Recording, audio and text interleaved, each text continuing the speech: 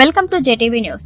అల్వాల్ వెంకటాపురంలో ఎలాంటి అనుమతులు లేకుండా నిర్వహిస్తున్న గోదాములపై ఎస్ఓటీ పోలీసులు ఆహార భద్రతా అధికారులు దాడులు నిర్వహించారు.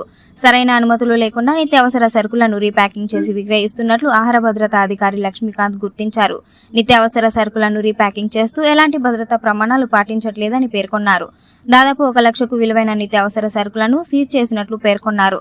ఎలాంటి అనుమతులు లేకుండా అపరిశుభ్ర వాతావరణంలో గోదాం నిర్వహిస్తున్న వారిపై కేసు నమోదు చేసినట్లు తెలిపారు. ప్యాకింగ్ చేసిన ఆహార ప్యాకెట్లపై ఇతరులకు చెందిన ట్రేడింగ్ సంస్థ పేరుతో నడిపిస్తున్నట్లు అధికారులు తెలిపారు.